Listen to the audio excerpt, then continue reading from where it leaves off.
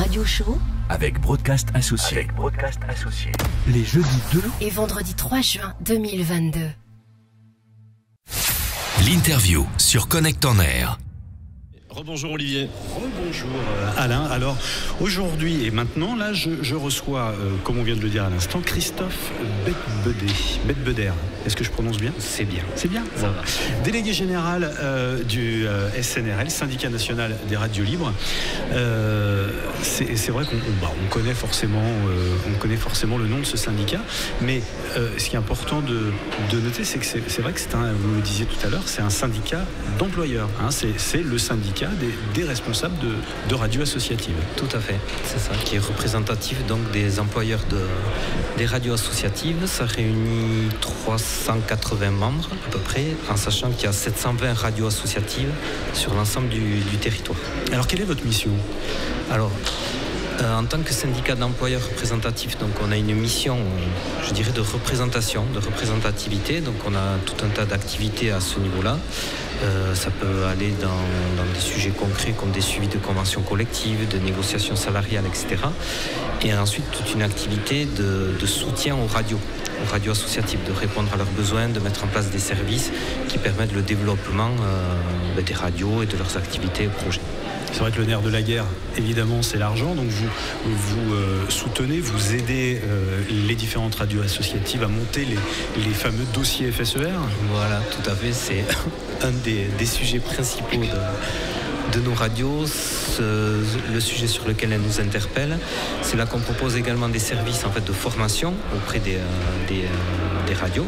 C'est aussi le cas d'ailleurs, je peux citer quand même, on est un syndicat employeur représentatif, il y a d'autres institutions qui représentent les radios, la CNRA, la FFRC ou autres, qui remplissent à peu près les mêmes rôles que nous, avec qui on travaille parfois également en partenariat d'ailleurs.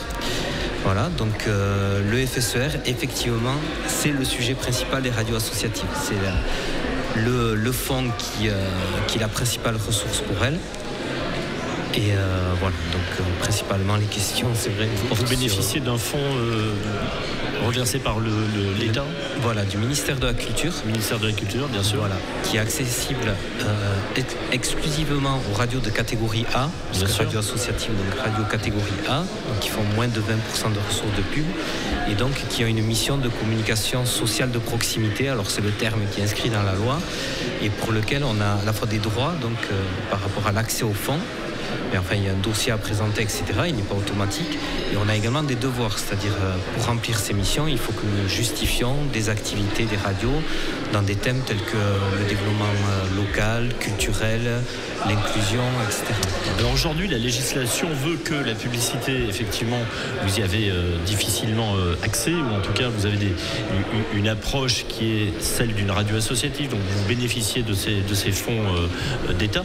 En revanche, est-ce que ça vous interdit demain d'aller peut-être chercher des fonds autrement, avec des nouvelles sources de diffusion, avec du podcast par exemple, avec un site internet? Vous pouvez peut-être via des partenariats, l'organisation de manifestations à l'extérieur, trouver le moyen de monétiser un petit peu vos actions? Oui, tout à fait. La diversification des ressources, c'est même un des nœuds du modèle économique. Le FSER représente, selon les radios, on va dire entre 40 et ça peut aller jusqu'à 60% des ressources. Par contre, effectivement, les radios, historiquement, pour beaucoup, se sont construites sur les dons, les apports des auditeurs. Donc ces dons qui existent encore. Donc, il y a effectivement les dons des auditeurs, il y a les aides de l'État, mais à côté, il y a peut-être moyen demain d'aller chercher de nouveaux financements. C'est ça, en nouant des partenariats, énormément de radios travaillent sur des partenariats culturels. Vous accompagnez les radios pour ça ? Oui, tout à fait. Et je crois que vous avez eu un intervenant ce matin. Brian, concernant GMR, qui est une régie publicitaire qui a été activée par le syndicat pour proposer donc une structure qui pourrait aller capter principalement de la communication institutionnelle au niveau métropole et statal, en fait. Voilà, les grandes campagnes de pub des ministères sur la santé, etc., auxquelles les radios associatives de territoire, parce qu'elles sont très ancrées sur les territoires, n'ont pas accès obligatoirement, pour permettre un accès à ces campagnes. Et donc aller vers la diversification des ressources, qui est maintenant quelque chose d'indispensable, avec justement les fluctuations à venir des marchés pubs, déjà, qui percutent peut-être beaucoup plus les autres catégories de radio que nous, mais qui, par effet ou papillon, ou boomerang, ricochet, voilà, en fait, va toucher ou peut toucher nos modèles, parce que les autres radios, justement, des autres catégories qui jusque-là vivaient sur la pub, peuvent être impactés ou avoir peur d'être impactés et aller chercher d'autres sources de financement, par exemple auprès des collectivités, ce qui est tout à fait légitime, et ce qui peut venir impacter nos modèles traditionnels.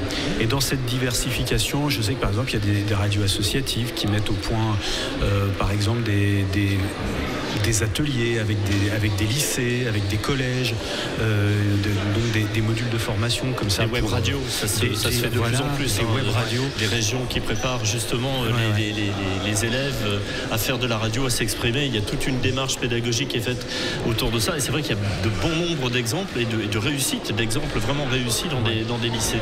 Tout à fait. Et ça fait partie de l'éducation aux médias est aussi au cœur des radios associatives, mais du syndicat qui a un accord avec l'éducation nationale, notamment. Il y a une labellisation de nos actions à ce niveau-là. Par rapport aux web radios, le CLEMI, qui est l'association donc, au niveau de l'éducation aux médias dans l'éducation, qui est liée au ministère de l'Éducation, a lancé récemment un appel à projet, une web radio un par un dans les collèges. Dans lequel nos radios se sont engagées en tant que parrains, justement. L'idée est de venir accompagner la mise en place de web radio dans les collèges.